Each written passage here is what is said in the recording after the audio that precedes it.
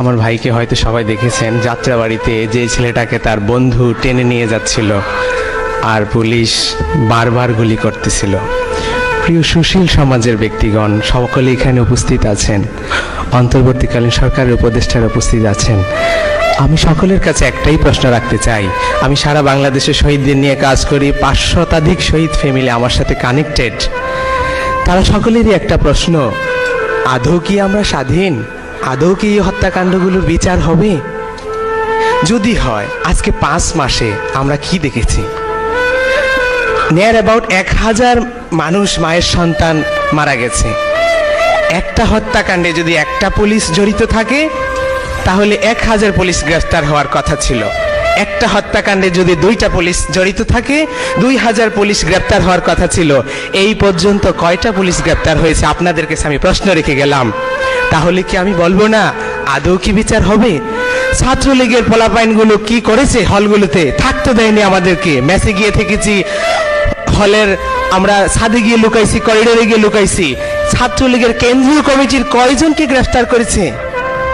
আপনাদের কাছে আমাদের প্রশ্ন, তাহলে এই যে বলে যে বিচার হবে, আমরা সেটার প্রগ্রেস কোথায় দেখতে পাচ্ছি? আপনাদের কাছে আমি এই প্রশ্নটাই রেখে গেলাম যে বিচার কি আদৌ হবে? এই পর্যন্ত 23টা পুলিশ গ্রেফতার করেছে। কি ব্যাসাকার করেছে পুলিশ? কিভাবে মানবাধিকার লঙ্ঘন করেছে? পুলিশের সিআরপিসি আইন, 144 ধারা আইন, কোন আইনেই নাই এভাবে মায়ের সন্তানদেরকে গুলি করে পাখির মতো হত্যা করবে। তারা যেভাবে পারছে বুকে গুলি চালিয়েছে, মাথায় গুলি চালিয়েছে, যে যেভাবে পারছে সেইভাবে গুলি চালিয়েছে।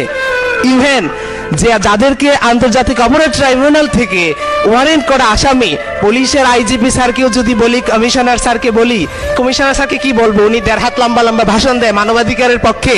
ওনার আপন ভাতিজা যাত্রাবাড়ি জোনাল এডিশনাল এসপি ছিল, সে 2 শতাধিক মায়ের সন্তানকে খুন করেছে। আমি তাকে দিয়েছি লোকেশন, যে আপনার ভাতিজা উল্লেখ করেনি, বললাম যে সে ট্রাইব্যুনাল থেকে আসামি, তাকে প্লিজ গ্রেফতার করুন। কি করলো? তাহলে আমরা বিচার কোথায় দেখতেছি? প্লিজ মাননীয় উপদেষ্টারা, সংস্কার কমিশনের যারা উপস্থিত আছেন, আপনাদের কাছে আমাদের একটাই কষ্ট, একটাই দাবি, চোখটা বন্ধ করে সেই মায়ের কথা চিন্তা করেন, যেই মা অন্যের বাড়িতে কাজ করে তার সন্তানকে এত বড় লালন পালন করেছে, দেশের জন্য ছেড়ে দিয়েছে, দেশকে স্বাধীন করার জন্য, ফেসিবাদ মুক্ত করার জন্য। সেই বাবার কথা একটু চিন্তা করেন, চোখটা বন্ধ করে, যে নাইট গার্ডের চাকরি করে, সিএনজি চালিয়ে, রিক্সা চালিয়ে তার সন্তানকে এত বড় করেছে, দেশের জন্য, দেশকে ফেসিবাদ মুক্ত করার জন্য ছেড়ে দিয়েছে, দেশকে স্বাধীন করার জন্য।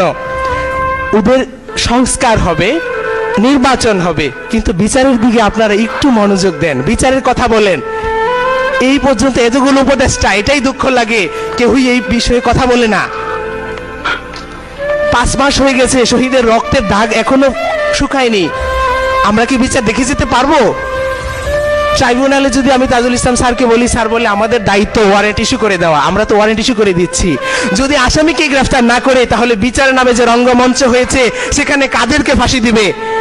শেখের বেটি হাসিনাকে যদি 1000 বার ফাঁসি দেয়, তাও বাংলার মানুষের মন শান্তি হবে না। কিন্তু তার সাথে তার যে দোষররা ছিল তাদেরকে কখন ফাঁসি দিবেন? তাদেরকে যদি গ্রেফতারই না করেন, তাহলে এই নাটক রঙ্গমঞ্চ বিচার নামে কি আদৌ হবে? আপনাদের কাছে প্রশ্ন রেখে গেলাম।